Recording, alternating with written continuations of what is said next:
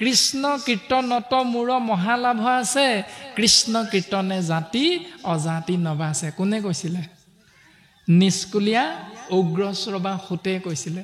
কেতিয়া কৈছিলে? যেতিয়া নৈমিক ক্ষেত্ৰত 28 সহস্ৰ ঋষি বেদত প্ৰধান, বিষ্ণুৰ নৈমিষ ক্ষেত্ৰ মহাপুণ্য স্থান। শোকগুৰুৰ আজ্ঞা শিৰোগত কৰি 60,000 ঋষিমুনিৰে 28,000 বেদশাস্ত্ৰত প্ৰধান ঋষিমুনিয়ে যেতিয়া মান্যতা প্ৰদান কৰি নিষ্কুলীয়া হ'লেও গুৰুৰ বাক্য শিৰোগত কৰি উগ্ৰশ্ৰৱা সুতক আসনত বহুৱাইছে। সেইকাৰণে তেওঁলোকে ঈশ্বৰৰ কৃপা লাভ কৰিছে। বাকী 32,000 কি কৰিলে? আমি ব্ৰাহ্মণ সম্প্ৰদায় উচ্চ বংশ যাতে নিষ্কুলীয়াটোৰ মুখেৰে কৃষ্ণ কথা নুশুনো, সেইকাৰণে তেওঁলোকে কৃপা লাভ কৰিব নোৱাৰিলে ঈশ্বৰৰ। দ্বিতীয় অহংকাৰ যে আমি বেদত প্ৰধান, আমি বিদ্যাৱন্ত। ঋষিমুনিয়ে কৃষ্ণ কথা শুনি কৃষ্ণদেৱৰ কৃপা লাভ কৰাৰ পৰা বিৰত থাকিব লগা হ'ল। আৰু সেইকাৰণে জাতি কোন? যি কৃষ্ণ কথা শুনি ভাল পায়, যি কৃষ্ণক জানিবলৈ ইচ্ছা কৰে, তেওঁ শাস্ত্ৰই জাতি বুলি কৈছে।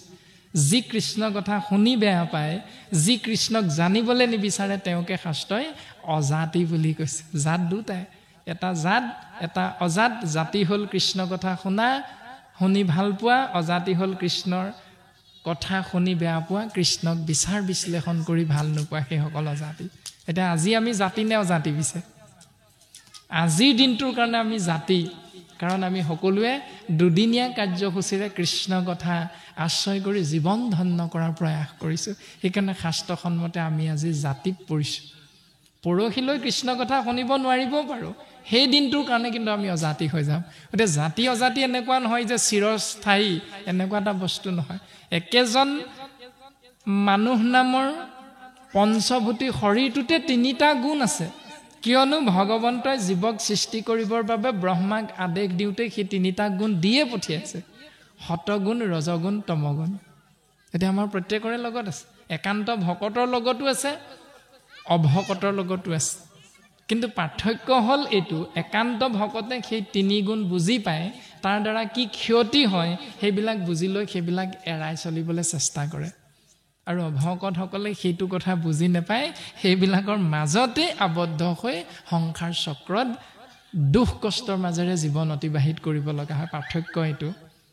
এতিয়া আজি যদি আমি এই 3টা গুণেৰে চিন্তা কৰোঁ, তেতিয়াহ'লে আজি আমি ঘৰৰ পৰা আহোঁতে কোনো আইক হয়তো বাপজনে কৈছে, মই হ'লে ভাত পানী বনাবলৈ নাই কোৱা আজি। তুমি নামলৈ গ'লেও যাবা, নগ'লেও নাই। ভাগৱতলৈ গ'লেও যাবা, নগ'লেও নাই। মই কিন্তু ভাত পানী বনাই থ'বলৈ নাই। যদি তোমাৰ যাবলৈ ইচ্ছা, ভাত পানী বনাই থৈ যোৱা। আইসকলক হয়তো কোনোবা বাপ 2-এজনে কৈছে, সময় দেৰি হৈছে, 2-এগৰাকী আহি ৰৈ আছে, এখেৰা আহা আকৌ শইকীয়ানী, ভাত বনাবলৈকে আছে। আমাৰ এজনক বনাবলৈ কৈছিলোঁ, ক'তে এতিয়া দেখোন আকৌ মুখে বনাই থৈ যাবলৈ কৈছে। আপোনালোক আগবাঢ়ক, উপায় নাই। খঙে বিষে মুঠতে খঙে ক্ষোভে ভাতকেইটা বনাই থৈ আহিলোঁ আৰু যেনে তেনে খলি ধলিকে। এই যে ঘৰত বাপজনে এগৰাকীক ভাত বনাবলৈ কৈছিলে, তাতে অকণমান ক্ষুণ্ণ হৈ ঘৰৰ পৰা তম গুণ প্ৰধান হৈ আহি আছে এগৰাকী। আহি বাটতে যেতিয়া এগৰাকীয়ে পাই গ'ল, বোলে শইকীয়ানী নেকি? বোলে হয় কৃষ্ণ, মই ভাবিছিলোঁ মোৰহে দেৰি হ'ল, তুমি আহিছাহে, বোলা 2গৰাকী একেলগে যাওঁ।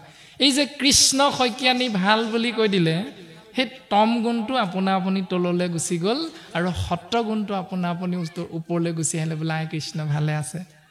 গুণ কিন্তু 3টাই আছে, এতিয়াও আছে আমাৰ লগত 3টা গুণ। কিন্তু সেই 3টা গুণে পৰিৱেশ পৰিস্থিতি সাপেক্ষে জীৱক ক্ৰিয়া কৰি থাকে। এতিয়া আমাৰ সাত্বিক গুণ প্ৰধান হৈ আছে। এতিয়া কেইটা বাজিলে? 1:54, প্ৰায় 2 বাজিবৰ হ'ল। 2 বজাত চাগে ঘৰত লাল চাহ একাপ খায় নাই বাৰু? খায়, কাৰোবাৰ অভ্যাস আছে। আপোনাৰ মোৰ মনটো কি হৈ আছে এতিয়া? কৃষ্ণ কথা শুনি আছোঁ কাণেৰে, কিন্তু 2 বজাত ঘৰত লাল চাহ একাপ ৰুটি এখনৰ সৈতে খাওঁ। আজি এতিয়া কি হ'ব? মনত ভাৱনাটো আহিছে যদিও কৃষ্ণ কথাটোৱে ইমানেই ক্ৰিয়া কৰি আছে, সেই তম গুণ ৰজগুণটো আপোনা আপুনি তলত থাকিব লগা হৈছে, সত্য গুণটো ওপৰত ৰজা হৈ বহি আছে। আজি ক'ত যাবি তহঁতি? তম গুণ আৰু ৰজগুণক দমন কৰি ৰাখিছে সতগুণে। আজি ভোক লাগিলেও উঠিবলৈ নাই। কমিটিৰ উদ্যোক্তা মণ্ডলীয়ে ঘোষণা কৰক নকৰক, কৰিলেও উঠি নাযাওঁ আজি খাবলৈ, কৃষ্ণ কথাই শুনি থাকিম। তাৰমানে সত্ৰগুণে আজি ৰজা হৈ বহি আছে। কিন্তু তিনিটা গুণ যে আমাৰ লগত আছে এইটো শাস্ত্ৰসন্মতে খাটাং। সেই তিনিটা গুণ আজি যি ধৰণে আমাৰ 2 বজাত চাহকণ খোৱা অভ্যাস ঘৰত আছিল, আজি যি ধৰণে আমি খাবলৈ যোৱা নাই, যাবলৈ বিচৰা নাই, এইটো হ'ল তম গুণ আৰু ৰজগুণক দমন কৰি ৰাখিব পৰা এইটোৱে ব্যৱস্থাটো।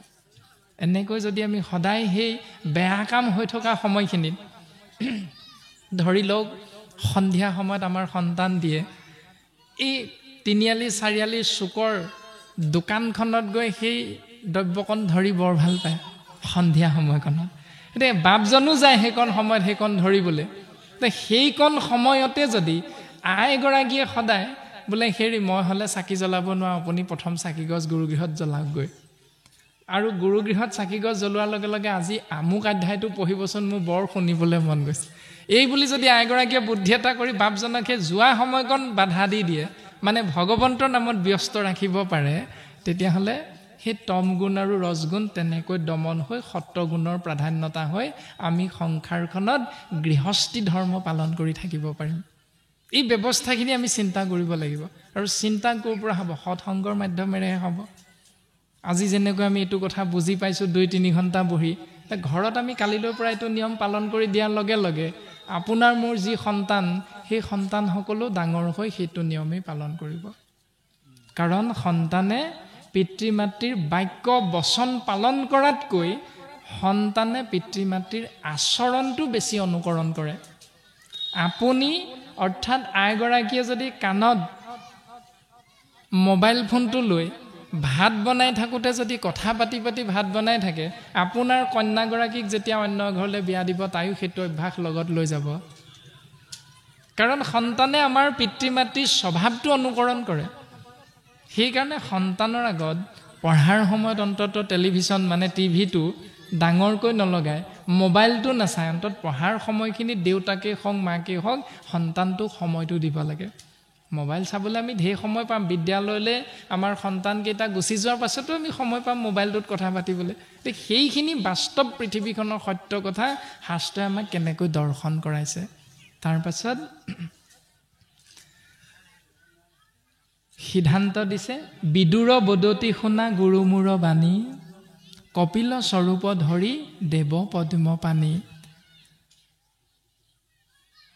বিদুৰ মহন্তক আৰু মৈত্ৰেয় ঋষি এই দুইজনৰ মাজত ভাগৱত কথা আলোচনা হৈ আছে। বিদুৰ বদতি শুনা গুৰু মূৰ বাণী, বিদুৰে মৈত্ৰেয় ঋষিৰ চৰণ কমলত সেৱা নিবেদন কৰিছে, সেই মৈত্ৰেয় গুৰু তুমি মোৰ কথাটো শুনাচোন। বোলে কি?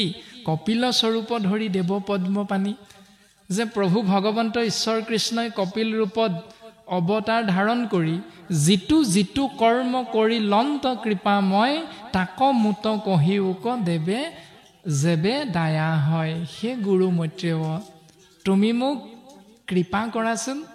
কেনেকুৱা কৃপা?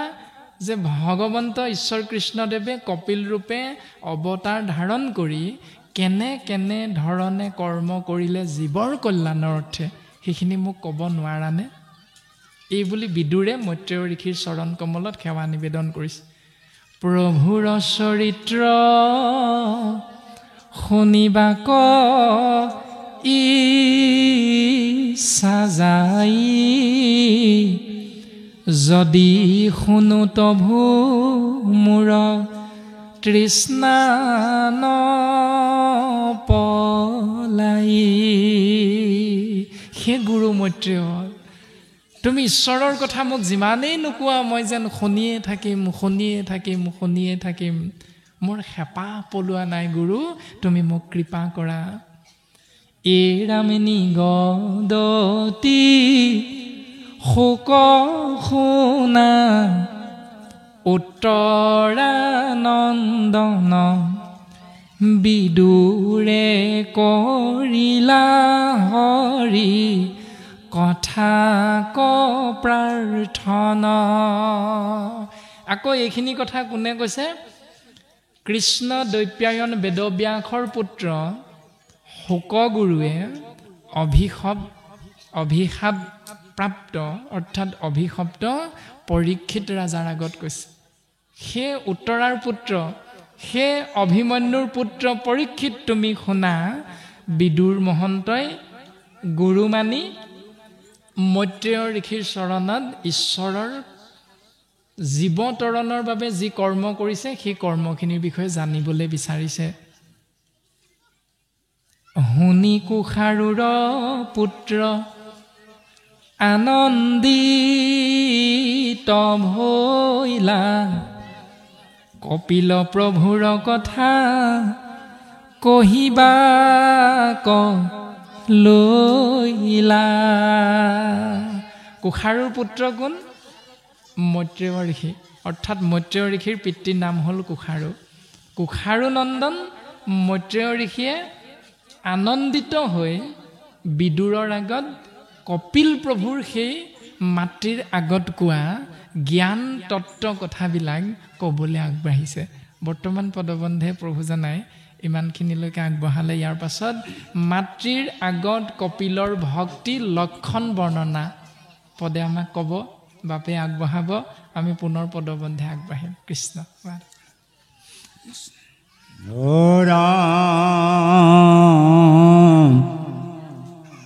মৈত্ৰৰ বদতি শুনা ব্যাসৰ নন্দন কপিল হৰিয় পিতে যেবে গলা বন মাটিৰ সাধিয়া পিতি পাছে ভগৱন্ত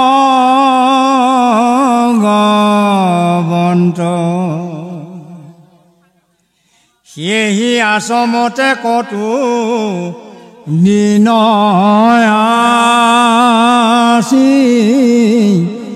লন্ত নকৰন্ত কিছু কৰ্ম বহিয়া থাকন্ত জাতো তত্ত্বপথ হুক ভগৱন্ত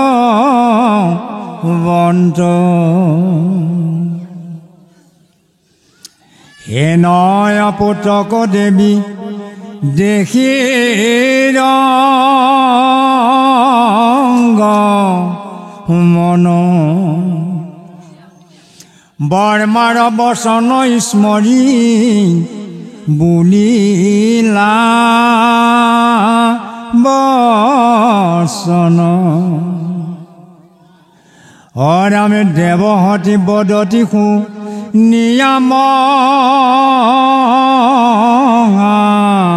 শান্ত ইন্দ্ৰিয় পোষন্তে মই ভয়লো শান্ত অ ৰাম তজু অনুগ্ৰাহে আবে জন্ম সীমা পাইলো এতেকে সে কান্ত চকু তোমাক দেখিলো তুমু গুণে অন্ধ চকু ইটো নয়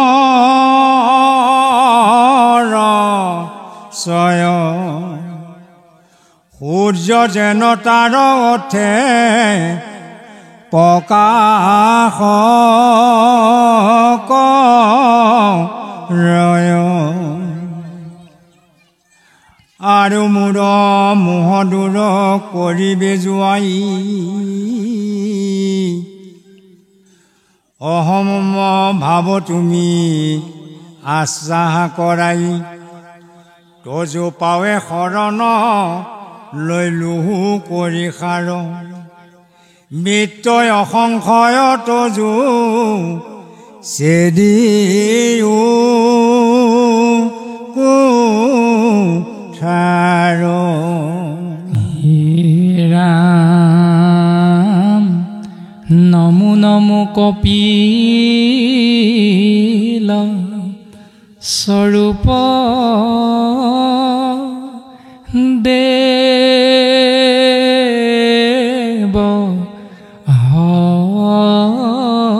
হৰি প্ৰকৃতি পুৰুষ মত কৈও ভাল কৰি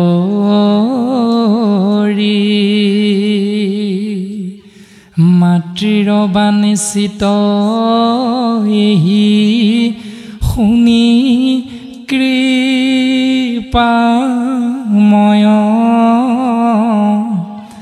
মনে প্ৰভু অভিনন্দা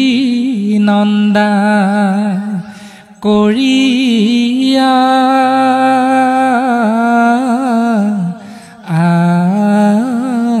আশ্ৰয়। মাতৃ দেৱহূতিয়ে কপিল প্ৰভুৰ চৰণত সেৱা নিবেদন কৰিছে যে হে মোৰ পুত্ৰ কপিল, তোমাৰ পিতৃ কৰ্দমক তোমাৰ ব্ৰহ্মাই অৰ্থাৎ ককা ব্ৰহ্মাই উপদেশ দি থৈ গৈছিল আৰু সেই উপদেশ তোমাৰ পিতৃ কৰ্দমে পালন কৰিলে। আৰু তোমাৰ পিতৃ কৰ্দমে মোক উপদেশ দি থৈ গৈছিল যে তুমি হেনো মোৰ সৎসংগ, মোৰ কিবা জানিব লগা থাকিলে তোমাক হেনো মই সুধিব লাগিব। গতিকে পুত্ৰ, মই জানিব বিচাৰিছোঁ যে সংসাৰ চক্ৰত শৰীৰত থকা ইন্দ্ৰিয়বিলাকৰ সহিতে যি শৰীৰত আমি ভোগ পিয়াহ আদিবিলাকৰ মাজত আবদ্ধ হৈ যিবিলাক কৰ্মৰ মাজেৰে আমি এই সংসাৰত বৰ্তি আছোঁ, সেইবিলাক কৰি কৰি মই বৰ ভাগৰুৱা হৈ গৈছোঁ পুত্ৰ। ইন্দ্ৰিয় পোষণতে মই ভৈলো মহাশ্ৰান্ত, মই বৰ ভাগৰুৱা হৈ গৈছোঁ। তজু অনুগ্ৰহে আবে জন্ম সীমা পাইলোঁ। তুমি যেতিয়া আমাৰ সংসাৰলৈ আহিলা তেতিয়াই মই অকণমান শান্ত, অকণমান শান্তি এই দুটা যেন মই পাম এনে অনুভৱ হৈছিল আৰু তোমাৰ পিতৃয়েও মোক এইখিনি জ্ঞান প্ৰদান কৰিছিল। গতিকে সেই মোৰ পুত্ৰ কপিল, তুমি মোক ভক্তিৰ বিষয়ে অকণমান জ্ঞান প্ৰদান কৰা, কিয়নো আৰু মূৰ মোহ দূৰ কৰিবে যোৱাই অহমম্ম ভাৱ তুমি আশা কৰাই তজু পাৱে শৰণ লৈলোহু কৰি সাৰ ভৃত্ৰৰ সংশয় তেজু তজু ছেদন কোঠাৰ। তোমাৰ কৃপাৰ অবিহনে আমি কেতিয়াও এই সংসাৰ চক্ৰৰ পৰা পৰিত্ৰাণ পাব নোৱাৰোঁ, কিয়নো এই জ্ঞান তোমাৰ পিতৃ কৰ্দমে মোক দি থৈ গৈছিল। সেইকাৰণে ইয়াক মই বহুলভাৱে বিস্তৰভাৱে জানিবলৈ তোমাৰ চৰণত মই শৰণ গ্ৰহণ কৰিছোঁ। গতিকে পুত্ৰ কপিল, নমো নমো কপিল স্বৰূপ দেৱ হৰি প্ৰকৃতি পুৰুষ মুত কৈও ভাল কৰি। পুৰুষ মানে কি, প্ৰকৃতি মানে কি, তুমি মোক ইয়াৰ বিষয়ে জ্ঞান প্ৰদান কৰা। মাতৃৰ বাঞ্ছিত এহি শুনি কৃপাময় মনে প্ৰভু অভিনন্দা কৰিয়া আশ্ৰয়। মাতৃ দেৱহূতিৰ এই প্ৰশ্ন শুনি কপিল প্ৰভুৱে মনত আনন্দ লাভ কৰিছে আৰু আনন্দ লাভ কৰি তেওঁৰ শিষ্যস্বৰূপ, তেওঁৰ ভক্তস্বৰূপ, তেওঁৰ জননী দেৱহূতিৰ আগত জ্ঞান প্ৰদান কৰিবলৈ আগবাঢ়িছে। সিদ্ধান্ত দিছে মাতৃৰ আগত, সেই মা তুমি শুনাচোন, অল্প হাস্য কৰিয়া বুলন্ত ভগৱান শুনা প্ৰত্যুত্তৰ মাও শুয়া সাৱধান। তুমি সাৱধানেৰে শুনা, অসাৱধান হৈ নুশুনিবা। সাৱধান হৈ শুনিবলৈ কৈ কপিল প্ৰভুৱে পদবন্ধে প্ৰকাশ কৰিছে, যি যুগ কহিছো পূৰ্বে ঋষি সমস্ত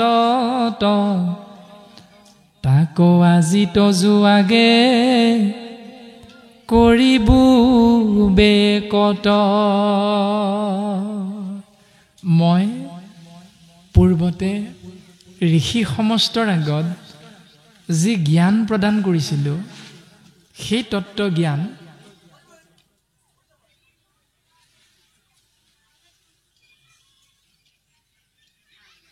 ঋষিসকলৰ আগত মই যি তত্ত্ব জ্ঞান প্ৰদান কৰিছিলোঁ সেই তত্ত্ব জ্ঞানকে আজি মই তোমাৰ আগত পুনৰ আগবঢ়াম। মা তুমি শুনাচোন।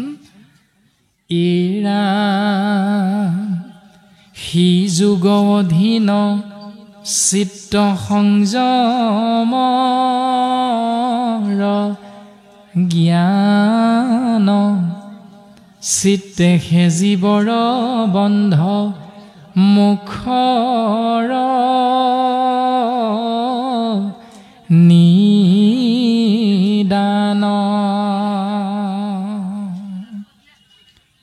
ঋষিমুনিসকলৰ আগত দিয়া সেই সিদ্ধান্ত চিত্তক সংযম কৰি জ্ঞানৰ দ্বাৰা জীৱই যেতিয়া নিজক আগবঢ়াই নিবলৈ চেষ্টা কৰিব তেতিয়া সেই চিত্তই জীৱৰ বন্ধনৰ মুখ্য ব্যৱস্থা হৈ পৰে।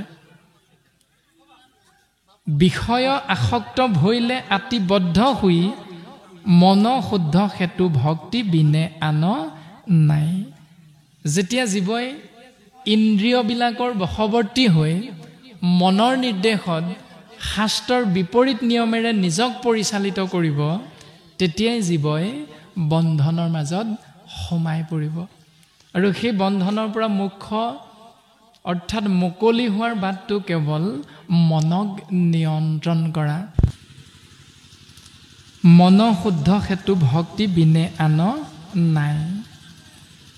ইন্দ্ৰিয়বিলাকৰ নিজৰ নিজৰ চিন্তাবিলাকত অৱতীৰ্ণ হ'বলৈ ইন্দ্ৰিয়বিলাকক এৰি দি মনৰ দ্বাৰা পৰিচালিত হৈ যি জীৱই নিজৰ শৰীৰটোক পৰিচালিত কৰি আছে সেইটোৰ দ্বাৰা জীৱ এই সংসাৰত ভ্ৰমণ কৰি থাকিব লাগিব 84 লক্ষ বাৰ। কিন্তু মনক যদি নিয়ম কৰি জীৱাত্মাই ইন্দ্ৰিয়বিলাকক ঈশ্বৰ সেৱাত ব্ৰতী কৰাই দিব পাৰে তেতিয়াহ'লে তাৰ দ্বাৰা জীৱই মুক্তি লাভ কৰিব পাৰে অৰ্থাৎ মুকলি হ'ব পাৰে। আৰু সেই মনৰ বিষয়ে গুৰুজনাই কৈছে নানা কৰ্ম কৰোঁ বুলি কৰে আলোচন একো কাৰ্য সিদ্ধি নোহে তাকে বোলে মন। বহুত কৰ্ম কৰিম বুলি ভাবি থকা যিটো বস্তু শৰীৰত আছে সেইটোৰ নাম হ'ল মন। কিন্তু একো কাৰ্য সিদ্ধি নোহে তাকে বোলে মন, অৰ্থাৎ তাৰ দ্বাৰা একো কাৰ্য সিদ্ধি নহয়। এতিয়া আমি যে আজি ৰাতিপুৱা 8 মান বজাতে আহিলোঁ, প্ৰাণজিৎ গগৈ নামৰ এই ক্ষীণমিন শৰীৰটো শিৱসাগৰৰ পৰা আহি আপোনাসৱৰ মাজত কেইটা বজাত উপস্থিত হোৱাৰ কথা আছিল? 11টা বজাত। কিন্তু আমি আহি 11:30 বজাত পালোহি। কিন্তু আপোনালোক 8 বজাতে আহিলে, 11 বজাত অনুষ্ঠান হ'বই।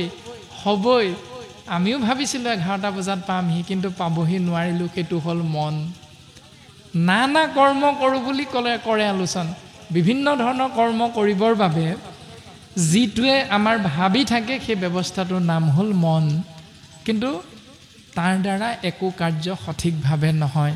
এটা ফকৰা যোজনা আছে, আগে উপজিল সৰু ভাইটি পাছে উপজিল ককাই, কেৰমেৰ কৰোঁতে আই উপজিল তাৰ পাছত উপজিল বোপাই। এইটো হ'ল ফকৰা।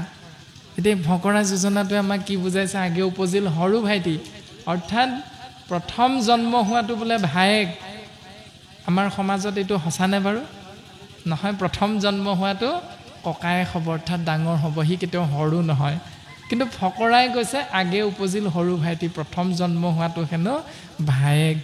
তাৰ পাছত উপজিল ককাই, বোলে তাৰ পাছত জন্ম হোৱাটোহে হেনো ককায়েক। ভায়েকহে প্ৰথম জন্ম হৈছে। তাৰ পাছত সেই ককাই ভাইহাল যে জন্ম হ'ল দুটি সন্তান, মাক কেতিয়া জন্ম হৈছে? কেৰমেৰ কৰোঁতে আই উপজিল, অৰ্থাৎ দুইটা ককায়েক ভাইকে আলোচনা কৰিলে আমাৰ মাতৃ কোন, তেতিয়াহে মাকক চিনি পাইছোঁ। মাকৰ বোলে তেতিয়াহে জন্ম হৈছে। তাৰ পাছত উপজিল বোপাই, মাকৰ পাছতহে বাপেকৰ জন্ম। এনেকুৱা নিয়ম ক'ৰবাত আছে নেকি? নিশ্চয় নাই। এই ফকৰা যোজনাৰ জৰিয়তে গুৰুজনাই আমাক দৰ্শন কৰাইছে যে আগে উপজিল সৰু ভাইটি মানে আমাৰ শৰীৰটোত জন্ম হোৱা প্ৰথম বস্তুটোৰ নাম হ'ল মন। নানা কৰ্ম কৰোঁ বুলি কৰে আলোচন। এইটো হ'ল ভায়েক, আমুক তাৰিখে আমুক স্থানত এভাগ অনুষ্ঠান আছে বা আপুনি কিন্তু আহিব লাগিব। নিমন্ত্ৰণটো দিলে আমি তেতিয়া কি বুলি উত্তৰ দিম বাৰু? এই বহুত দিন আছে, সময়টো আহকচোন বাৰু, চেষ্টা কৰিম যাবলৈ। সেইটো হ'ল মন। মানে খাটাং সিদ্ধান্তটো নাই হোৱা, চেষ্টা কৰিম, বহুত দিন আছে, যাবলৈ চেষ্টা কৰিম বাৰু, যদি অপায় মংগল একো নহয়, সেইটো হ'ল মন।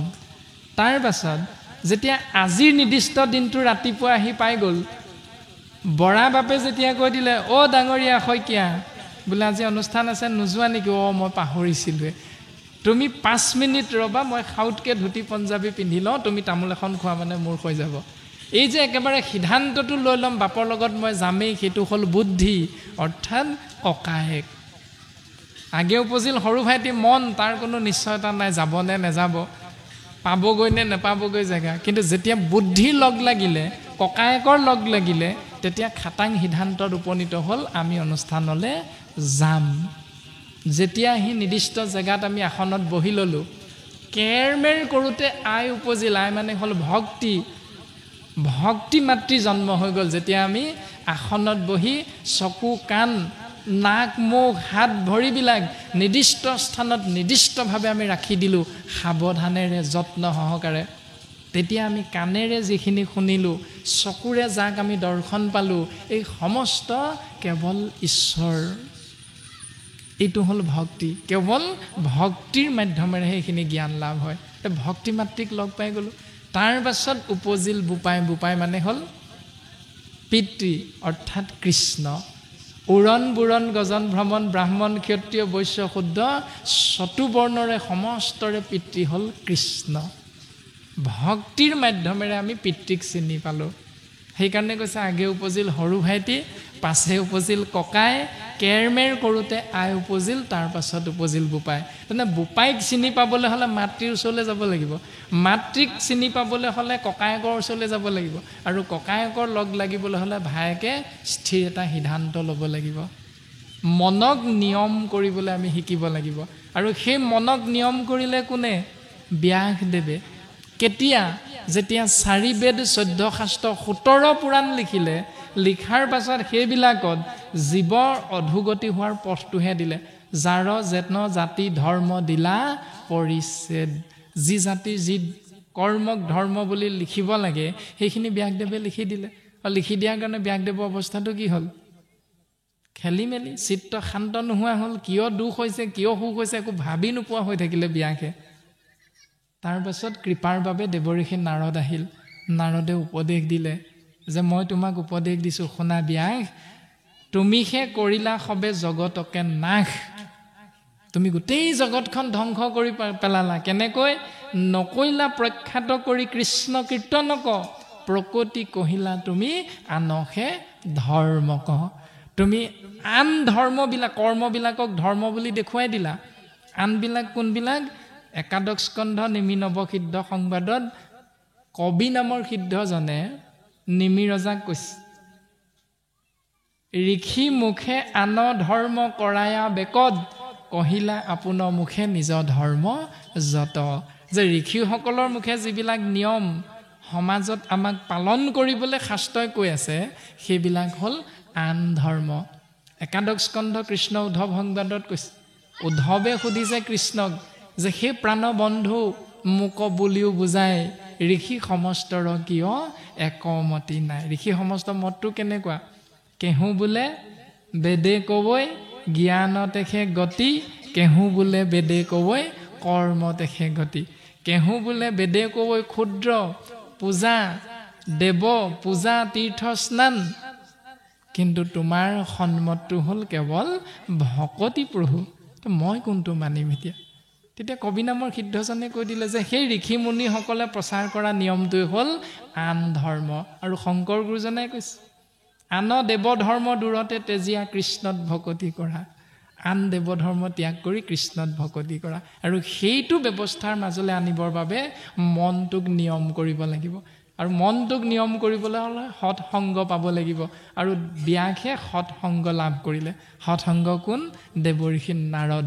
আৰু দেৱঋষি নাৰদৰ উপদেশ ধন্য হৈ মহামুনি ব্যাসদেৱে পৰম তত্ত্ব উপলব্ধি কৰিলে। পৰম তত্ত্ব উপলব্ধি কৰিলত প্ৰথম স্কন্ধৰ পদবন্ধে আমাক কৈ গৈছিল, এৰামে কৃষ্ণৰ মূৰ্তি কপাছে কৰিল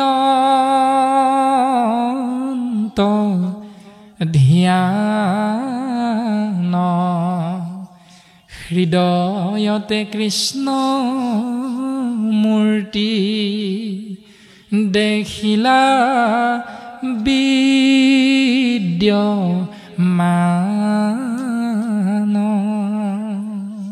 কৃষ্ণক চিন্তা কৰিলে আৰু হৃদয়ত কৃষ্ণক দৰ্শন পাই গ'ল। তাৰমানে কৃষ্ণ তুমি আছা হেনো ও সবাৰো হৃদিত, তত্ত্ব নাপাই তোমাক বিচাৰো বাহিৰত। কৃষ্ণ হেনো সবাৰে হৃদয় পদ্মত আছে, কিন্তু এই তত্ত্বটো বুজি নোপোৱাৰ বাবে আমি বাহিৰত বিচাৰি ফুৰোঁ। সেইকাৰণে বাহিৰত বিচাৰি ফুৰাৰ কাৰণটো তত্ত্ব বুজি পোৱা নাই। আৰু কৃষ্ণ যে সবাৰো হৃদিত আছে এই কথাটো আমাক শাস্ত্ৰই সিদ্ধান্ত দিছে। কেনেকৈ আছে? সমস্ত কাষ্ঠতে অগ্নি আচন্ত বিয়াপি, ঘড়ীখন বিনে তাংক নেদেখে কদাপি। এই দোকানত যে বিক্ৰী কৰে জুইশলা বাঁহটো দেখিছে নহয়? সেই জুইশলা বাঁহটোৰ বাহিৰ ফালে দুইফালে খাৰ থাকে, ভিতৰত থকা কাঠিকেইটাৰ এটা মূৰত খাৰ থাকে। কিন্তু জুইশলাটোত নিজে নিজে জুই নজ্বলে আকৌ। সেই খাৰে খাৰে যেতিয়া ঘৰখন কৰি দিম তেতিয়াহে জুই আমি দেখা পাওঁ। তাৰমানে সমস্ত কাষ্ঠতে, প্ৰত্যেকজোপা গছতে, প্ৰত্যেকডাল খৰিতেই অগ্নিতত্ত্ব আছে, কিন্তু ঘড়ীখন নকৰালৈকে অগ্নিতত্ত্ব আমি দেখা নাপাওঁ। ঠিক তেনেকৈ সেহি মতে কৃষ্ণ আছা সবাৰো হৃদিত, ভকদিন ভৈলে জানা নহন্ত বেকত। বৰ্তমান পদবন্ধে ক'লে, সেই মা দেৱহূতি তুমি শুনাচোন, মুহূৰ্ত একান্ত ভাৱে ভকতি কৰন্ত, মূৰ প্ৰীতি অৰ্থে ভাৰ্যা পুত্ৰ এৰিলন্ত, মূৰ সুমংগল কথা কহন্ত শুনন্ত, মোত মন দিয়া হবে তাপ এৰাৱন্ত, তাৰাক বুলয় সাধু জানিবাহা আই, তাৰাৰ সংগক তুমি প্ৰাৰ্থিবা সদায়, আৰু মূৰ অখণ্ডিত বীৰ্য প্ৰকাশক, কৰ্ণৰ মনৰ সদা আনন্দদায়ক। সেইজনেই বোলে সাধু। কোনজন? সেই মা দেৱহূতি তুমি শুনা, যিজনে হে প্ৰভু মোক কৃপা কৰা বুলি নকয়, হে প্ৰভু তুমি জীৱৰ কৃপাৰ অৰ্থে তুমি কুশলে থাকা। যিজনৰ ভাৱনাটো যে প্ৰভু তুমি মোক কৃপা কৰা বুলি নকয়, যিজনে কয় হে প্ৰভু তোমাৰ সন্তান জীৱক কৃপা কৰিবৰ বাবে তুমি ভালেৰে থাকা। কোনোবাই কওঁনে আমি ইমান বিচাৰোঁ ভগৱানক, ভগৱন্তই চাগে কিমান অশান্তি পায় এই মুখাই, অকল মোক বিচাৰেহে, মোক একো নিদিয়ে। অন্তত আমি ভগৱন্তক তেওঁৰ নামেৰে যদি তেওঁক সেৱা কৰোঁ, এই যে এজোকা প্ৰাৰ্থনাৰ জৰিয়তে আমি বুজিবলৈ প্ৰায় চেষ্টা কৰোঁ, কি দিয়া পুজিম প্ৰভু চৰণে মুৰাৰী, তোমাৰ সেৱাৰ বস্তু পালোহে বিচাৰি। এই বুলি লিখা আছে নে নাপালো বিচাৰি লিখা আছে? পালোহে বিচাৰি, হয়নে? কৃষ্ণ যদি নাপালো বিচাৰি হয়, তেতিয়াহ'লে আমিনো সেইবিলাক কেলে বস্তু ব্যৱহাৰ কৰোঁ? পদজোকাই কৈছে, জল দি পুজিলোহেঁতেন মাছে বিতালিলে, প্ৰভু তোমাক জলেৰে সেৱা কৰিবলৈ বৰ মন আছিল, কিন্তু মাছে যে বিতালিলে সেইকাৰণে জল চোৱা হৈ গ'ল প্ৰভু। দুগ্ধ দি পুজিলোহেঁতেন দামুৰিয়ে পিলে, প্ৰভু তোমাক গাখীৰেৰে মই সেৱা কৰিবলৈ মন আছিল, কিন্তু দামুৰিয়ে যে খাই দিলে সেইকাৰণে গাখীৰো চোৱা হৈ গ'ল। অথচ শাওণ মাহত শিৱলিংগত গৈ গাখীৰ ঢালি ঢালি সেৱা কৰা নিয়ম এটাও আছে আকৌ। কথাখিনি অকণমান চিন্তা কৰিলে উত্তৰখিনি আমি পাই যাম সকলো তাৰ পাছত পুষ্প দি পুজিলো হেতেন প্ৰভু ভুমুৰাই চুহিলে বুলি কৈছে ফুলেৰে সেৱা কৰিবলৈ ইমান মন আছিল প্ৰভু কিন্তু ভুমুৰাই যে চুহিলে ফুলো দেখোন চোৱা হৈ গ'ল কি কৰিম প্ৰভু এটাই শাস্ত্ৰই সিদ্ধান্ত দিলে যেই বস্তু দেও প্ৰভু হেই বস্তু চোৱা তোমাৰ নামে তোমাক পুজি গধূলিও পুৱা তাৰমানে নাম চোৱা নহয় বুলি কৈছে এতিয়া আমাৰ আহাৰৰ হাত লাগে অম্বুবাচী মেলা পাতে সেইকেইদিন নামকহে চোৱাই খেদি থাকে তাৰমানে নামঘৰ দুৱাৰখন বন্ধ কৰি থৈ দিয়ে চাকি নজ্বলায় গুৰুৰ আগত ধূপ ধূনা নজ্বলায় নামঘৰ চোৱা বোলে তো চোৱাই নামক খেদিলে নে নামে চোৱাক খেদিলে আকৌ 4 দিনমানৰ পাছত আহি নামঘৰ সাৰি মুচি চাফ চিকুণ কৰি আকৌ চাকি বন্তি জ্বলাই নাম লয় তাৰমানে প্ৰথম চোৱাই নামক খেদিলে তাৰপাছত আকৌ নামে চোৱাক খেদিছে এইটো কেনেকুৱা নিয়ম বাৰু ভাবিলে প্ৰত্যেকটো কথা শাস্ত্ৰসন্মতে আমি উত্তৰ পাম কৃষ্ণ পৰমাত্মাই জীৱাত্মাক কৈছে হে জীৱাত্মা তুমি যে কেৱল দুখ পোৱা কিন্তু তুমি কোনোদিন দুখ বিচাৰি ফুৰা নাই তুমি কি বিচাৰিছা সুখ বিচাৰিছা আমি এতিয়া জীৱাত্মা প্ৰত্যেকে আমি বাৰু কোনোবা এদিনা দুখ বিচাৰিছোনে ৰাতিপুৱা শুই উঠি চকু মেলাৰ পৰা কোনোবাই দুখ বিচাৰিছো নি কোনেও দুখ বিচৰা নাই প্ৰত্যেকে কৰ্ম কৰিবলৈ যাওঁ উত্তৰ এটাই লক্ষ্য এটাই সেইটো হ'ল সুখ ও সুখ সুখ বুলি নৰ এনে বলিয়া নেদেখিলে সুখমুখ মাথো দুখ পায়া আমি প্ৰত্যেকে সুখ বিচাৰোঁ কিন্তু পাওঁ কেৱল দুখ দুখটো কিয় পাওঁ তাৰ উত্তৰটো পৰমাত্মাই জীৱাত্মাক দিছে যে হে জীৱাত্মা তুমি সেইটো কৰা যিটো কৰি তুমি ভাল পোৱা কিন্তু মই সেইটো নিদিওঁ কিয়নো তুমি যিটো কৰি ভাল পোৱা সেইটো মই বেয়া পাওঁ সেইকাৰণে তুমি বিচৰাটো মই নিদিওঁ কিন্তু তুমি সেইটো কৰা যিটো মই কৰিবলৈ কওঁ তুমি যিটো নিবিচৰা সেইটো মই তোমাক দিম এই ব্যৱস্থাটো হ'ল জীৱাত্মা পৰমাত্মাৰ খেলাখন লীলাটো হ'ল এইটো যে আমি জীৱাত্মাবিলাকে সেইটো খাই ভাল পাওঁ যিটো আমাৰ জিভাখনে সোৱাদ পায় হে জিভা সদা তোৰ মধুৰেখে প্ৰিয় মাত্ৰ জান তই ৰসৰ খাৰগ আন তেজি নিৰন্তৰে কৰায়ক মাত্ৰ পাণ নাৰায়ণ নাম অমৃতক জিভাৰ কাম কি সকলোৱে জানো যিকোনো এটা বস্তুৰ সোৱাদটো দিব লাগে সোৱাদটো কি জ্বলা নে তিতা নে টেঙা নে মিঠা নে কেঁহা নে কি সেই বস্তুটোৰ সোৱাদটো জিভাখনে আমাৰ শৰীৰটোক দিয়ে এতিয়া শাস্ত্ৰই কৈছে হেৰ জিভা তোৰ এইকেইটাই কাম যদিও শাস্ত্ৰই কৈছে তই অমৃত বস্তু আৰু এটা আছে আজিলৈকে দেখা নাই বোলে কি আন তেজি নিৰন্তৰে সকলোবিলাক নিৰন্তৰে তই ত্যাগ কৰচোন এটাই আশ্ৰয় কৰ নিৰবিচ্ছিন্নভাৱে সেইটো কি নাৰায়ণ নাম অমৃতক তই নাৰায়ণ কৃষ্ণ নাম অমৃত শৰীৰটোক আত্মাতত্বক তই দিবলৈ চেষ্টা কৰ হেৰ জিভা এই বুলি শাস্ত্ৰই আমাক সিদ্ধান্ত দিছে তেতিয়াহে হেনো বোলে আমি সুখৰ উপৰি সুখ পাম যাৰ নাম হ'ল আত্যান্তিক সুখ বুলি কৈছে আত্যান্তিক সুখ আমি তেতিয়াহে পাম যেতিয়া আমি জিভাখনে নাৰায়ণ নাম অমৃত আমি আত্মাৰ আহাৰটো দিবলৈ চেষ্টা কৰিম সেইকাৰণে কপিল প্ৰভুৱে মাতৃ দেৱহূতিক কৈছে মুহূৰ্ত একান্ত ভাৱ ভকতি কৰন্ত মোত তুমি একান্তভাৱে ভক্তি কৰা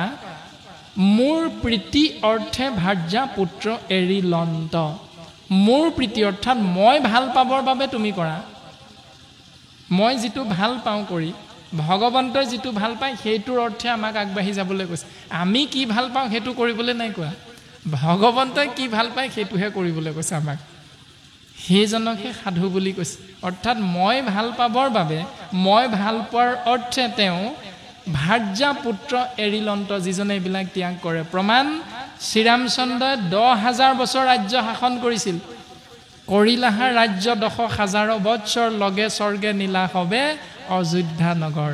সেইকাৰণে 10,000 বছৰ ৰাজ্য শাসন কৰিব পাৰিছিল। কাৰণটো কি? ধুবা ধুবুনীয়ে ক'লে মই কিন্তু অযোধ্যাৰ ৰজা ৰামচন্দ্ৰ নহয়। মানে এই ৰাৱণে হৰণ কৰি নিয়া পৰস্ত্ৰী অৰ্থাৎ পৰপুৰুষে হৰণ কৰি নিয়া স্ত্ৰীক আনি মই পত্নী হিচাপে গ্ৰহণ কৰি সিংহাসনত বহুৱাই থ'ম, মই কিন্তু ৰাম নহয়। সেইটো ৰামৰ কাণত পৰিল। তৎক্ষণাৎ প্ৰজাৰ সুখৰ কথা চিন্তা কৰি নিজৰ ধৰ্ম পত্নীক ত্যাগ কৰি দিলে। সেইকাৰণে 10,000 বছৰ ৰাজত্ব কৰিব পাৰিছে। আজি আমাৰ বিধায়ক MLA মন্ত্ৰীসকলে কি কৰি আছে দেখিছে আপোনালোকে। সেইকাৰণে 5 বছৰ নাযায়, 4 বছৰ মানতে শেষেই হয় চৰকাৰ, বদলিয়ে হৈ থাকিব লগা হয়। কিন্তু ৰামচন্দ্ৰই ৰজাৰ নীতিটো মানি চলিছিল শাস্ত্ৰসন্মতে। সেইকাৰণে আজি আমি যদি ৰাজনীতি কৰিবলৈ মন যায় কাৰোবাৰ, তেতিয়াহ'লে নিয়মটো শাস্ত্ৰৰ পৰা শিকিব লাগিব, প্ৰজাৰ মংগলৰ অৰ্থে হ'ব লাগিব। যি ধন কোষৰ পৰা মুকলি কৰি দিয়া হ'ব, সেই ধন প্ৰজাৰ হিতৰ অৰ্থে মুকলি কৰিব লাগিব। সেই ধন আত্মসাৎ কৰি মাটি বাৰী কিনি ফ্লেট কিনি বিধায়ক মন্ত্ৰী MLA সকলে যদি বিলাসিতাৰ জীৱন যাপন কৰে, তেতিয়াহ'লে তেওঁ অহা বছৰ কেতিয়াও জিকিব নোৱাৰে। এইবিলাক নিয়ম আমাক শাস্ত্ৰই সিদ্ধান্ত দিছে।